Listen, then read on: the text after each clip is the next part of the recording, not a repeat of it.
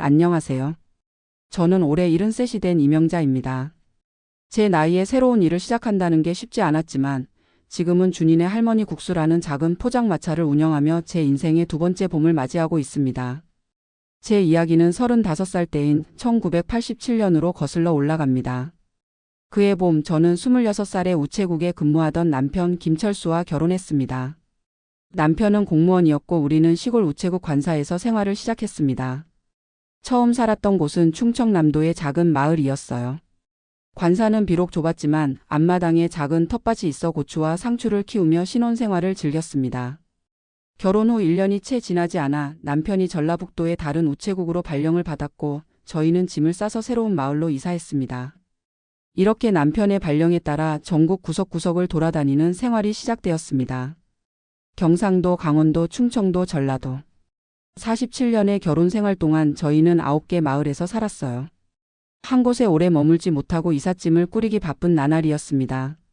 어디를 가든 저는 항상 우체국장 아내였습니다. 마을 사람들은 제 이름보다 우체국장 부인이라고 불렀고 저 역시 그 호칭에 익숙해져 있었습니다. 생각해보면 제 이름으로 살았던 적이 거의 없었던 것 같아요. 남편의 그림자처럼 살았지만 그래도 불행하지는 않았습니다. 남편은 성실했고 저희 부부는 아들 하나를 키우며 화목한 가정을 꾸려나갔으니까요. 저는 남편의 월급을 알뜰하게 관리하고 가게를 꾸려나가는데 모든 정성을 쏟았습니다. 시장에서 가장 싼 채소를 고르는 눈썰미가 있었고 남은 음식으로 새로운 요리를 만드는 솜씨도 있었습니다. 특히 국수 만드는 솜씨는 마을 사람들 사이에서도 소문이 자자했어요. 메밀, 밀가루, 고구마, 전분 등을 섞어 만드는 제 국수는 남편의 직원 회식 때마다 빠지지 않는 메뉴였습니다. 시어머니께 배운 메밀 반죽법과 손칼국수 재면 기술은 제 자랑이었습니다. 특히 메밀 반죽은 까다로워서 물 온도와 반죽 시간이 아주 중요한데 저는 그 비법을 완벽하게 익혔습니다. 남편이 발령받은 9개 지역을 돌아다니며 각 지방의 국수 비법도 하나둘 배워나갔습니다. 경상도에서는 멸치 육수의 깊은 맛을, 강원도에서는 감자 녹말을 활용한 쫄깃한 면발 만드는 법을, 제주도에서는 해산물을 활용한 시원한 국물 내는 비법을 익혔습니다. 아들이 초등학교에 다닐 때는 학교 바자회에서 제 칼국수가 항상 인기 메뉴였습니다. 학부모들이 줄을 서서 기다릴 정도였죠. 지역 축제가 있을 때도 이웃들이 저를 찾아와 국수를 대접해달라고 부탁했어요. 하지만 그때는 그저 취미로 봉사로 국수를 만들었을 뿐 이것이 제 인생의 전환점이 될 줄은 몰랐습니다. 세월이 흘러 남편은 45년간의 공직 생활을 마치고 68살에 정년퇴직을 했습니다. 조그만 전원주택을 마련해 둘만의 노후를 준비했지만 행복도 잠시. 남편은 퇴직 2년 후 갑작스러운 폐렴으로 입원했고 3주 만에 세상을 떠났습니다. 남편이 떠난 후 저는 깊은 상실감에 빠졌습니다. 47년을 함께한 동반자를 잃고 처음으로 혼자가 되었으니까요. 남편의 사망 후 제게 남은 것은 시골 단독주택과 공무원 유족연금 78만 원이 전부였습니다. 아들은 결혼해서 서울에서 살고 있었고 며느리와 12살 손자 준이도 있었습니다. 아들은 저에게 함께 살자고 제안했지만 저는 거절했습니다. 아들 가정에 부담이 되고 싶지 않았고 무엇보다 제 인생을 스스로 책임지고 싶었습니다. 하지만 78만 원으로 살아가는 것은 생각보다 훨씬 어려웠습니다. 기본적인 생활비, 식비, 공과금, 의료비만 해도 월 65만 원이 필요했고 예기치 못한 지출이 생기면 금세 빠듯해졌습니다. 게다가 나이가 들수록 병원비는 늘어만 갔습니다. 저는 척추압박골절로 고생했는데 이는 골다공증의 합병증이었습니다. 또한 노인성 백내장이 있어 한쪽 눈 수술을 받았고 고지혈증 약도 복용 중이었습니다. 최악의 위기는 남편이 떠난 지 1년 후에 찾아왔습니다. 갑자기 심해진 척추 통증으로 2개월간 병원에 입원해야 했고 380만 원의 의료비가 발생했습니다. 저는 할 수 없이 아들에게 도움을 청했고 아들은 기꺼이 병원비를 내주었지만 그 후로 자주 이런 말을 했습니다. 어머니, 이제 무리하지 마세요. 저희가 모시겠습니다. 하지만 저는 그럴 수 없었습니다. 아직 저에게는 제가 할 수 있는 일이 있다고 믿었으니까요. 병원에서 퇴원한 후 저는 우연히 마을 노인회관 원래 모임에 참석했습니다. 그날 저는 정성껏 메밀국수를 준비해 가져갔고 모두가 맛있게 드셨습니다. 모임이 끝나갈 무렵 이장님이 제게 다가와 이런 말을 했습니다. 이 국수를 팔면 장사가 될 것 같은데요. 처음에는 웃어 넘겼지만 그 말이 제 머릿속에 계속 맴돌았습니다. 2주 후 마을에서 작은 행사가 있었고 저는 용기를 내어 처음으로 국수를 판매해 보기로 했습니다. 한 그릇에 4,000원씩 받았는데 준비한 50인분이 완판되었습니다. 그날 저는 20만 원의 수익을 올렸고 평생 처음으로 제 솜씨로 돈을 벌었다는 성취감에 가슴이 벅차 올랐습니다. 그런데 이 소식을 들은 아들의 반응은 차가웠습니다. 아들은 제가 장사를 한다는 사실에 강하게 반대했습니다. 어머니가 73세 나이에 장사를 왜 하세요? 건강도 안 좋으신데 저희가 매달 용돈을 드릴게요. 아들의 마음은 이해했습니다. 아들 입장에서는 노모의 건강이 걱정됐을 테고 체면 문제도 있었겠지요. 중견기업에 다니는 아들이 어머니가 노점상을 한다고 하면 부끄러울 수도 있을 테니까요. 하지만 이번만큼은 제 뜻을 굽히고 싶지 않았습니다. 45년 동안 순종적인 주부로 살아온 제가 처음으로 가족의 결정에 반기를 든 순간이었습니다. 저에게는 경제적 독립이 필요했고 제 이름으로 하는 일이 갖고 싶었습니다. 무엇보다 평생 쌓아온 국수 솜씨를 활용하고 싶었습니다. 마침내 저는 결심했습니다. 집 앞 작은 텃밭 한켠에 2평 남짓한 목재 포장마차를 설치하기로 했습니다. 초기 투자금으로 480만 원이 필요했는데 다행히 목공소를 운영하는 친구의 아들이 50% 할인해 주어 부담을 덜 수 있었습니다. 손자 이름을 딴 준이네 할머니 국수라는 간판도 만들었습니다. 처음에는 매주 목요일부터 일요일까지만 가게를 열었습니다. 메뉴는 제가 자신 있게 만들 수 있는 4가지 국수로 정했습니다. 시골식 칼국수, 들깨 수제비, 냉메밀국수, 콩국수였습니다. 모든 면은 아침마다 직접 반죽해서 만들었고 국물도 천연 재료로만 우려냈습니다. 하지만 척추 압박 골절이 있는 몸으로 장사를 하는 것은 쉽지 않았습니다. 오래 서 있을 수 없어서 특수 제작한 높은 의자를 활용했고 30분 일하고 10분 휴식하는 독특한 영업 방식을 도입했습니다. 메뉴판에는 몸이 불편해 서비스가 느릴 수 있다는 양의 문구도 적어두었습니다. 그런데 의외로 손님들은 이런 저의 솔직함에 더 호감을 보였습니다. 느리지만 정성이 담긴 국수라는 점이 오히려 차별화 포인트가 되었습니다. 포장마차를 연 지 한 달쯤 지났을 때 인근 농장에서 일하는 일꾼들이 점심 메뉴로 찾기 시작했습니다. 일꾼들은 든든하게 먹을 수 있으면서도 가격이 부담스럽지 않은 제 국수를 좋아했습니다. 한 번은 농장 관리자가 단체 주문을 하기도 했습니다. 15인분의 칼국수를 준비해달라는 요청이었는데 그날 저는 새벽부터 일어나 정성껏 국수를 준비했습니다. 그 후로 매주 한 번씩 단체 주문이 들어오기 시작했습니다.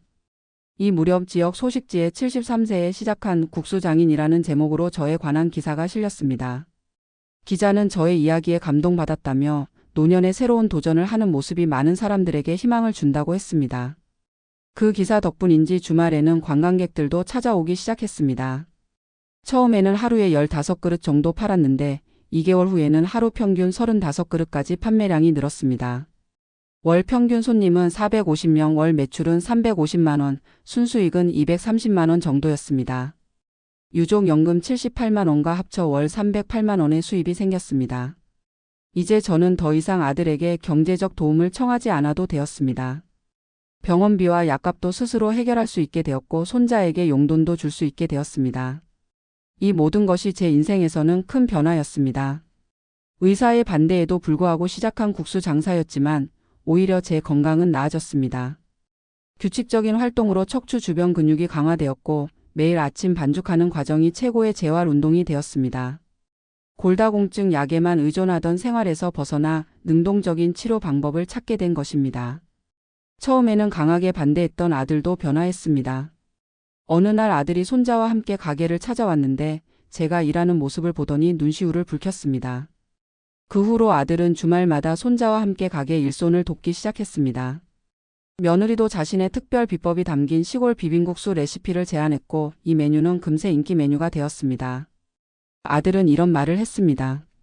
어머니가 행복해 보여서 저희도 행복해요. 제가 반대한 것을 용서해 주세요. 저는 단지 어머니의 건강이 걱정되었을 뿐이에요. 이제는 우리 가족 모두가 할머니 포차의 든든한 지원군이 되었습니다. 마을 이장님과 협력하여 지역 축제 때 할머니 국수 체험관을 운영하기도 했습니다. 관광객들에게 직접 국수 만드는 법을 가르쳐주는 프로그램이었는데 예상보다 훨씬 인기가 많았습니다. 특히 아이들이 반죽을 만지며 즐거워하는 모습을 보는 것은 큰 보람이었습니다. 또한 지역 초등학교에서 방과 후 수업으로 할머니와 함께하는 전통 음식 강좌를 제안받기도 했습니다. 처음에는 자신이 없었지만 아이들에게 우리 음식의 맛과 정성을 알려주고 싶은 마음에 도전했습니다. 이젠 아이들이 저를 보면 국수 할머니라고 부르며 반갑게 인사합니다. 지금은 우체국장 안내에서 국수 할머니로라는 자서전도 집필 중입니다. 처음에는 그저 메모장의 일기처럼 적던 것이 점점 분량이 늘어났고 지역 도서관 사서님의 권유로 책으로 엮어보기로 했습니다.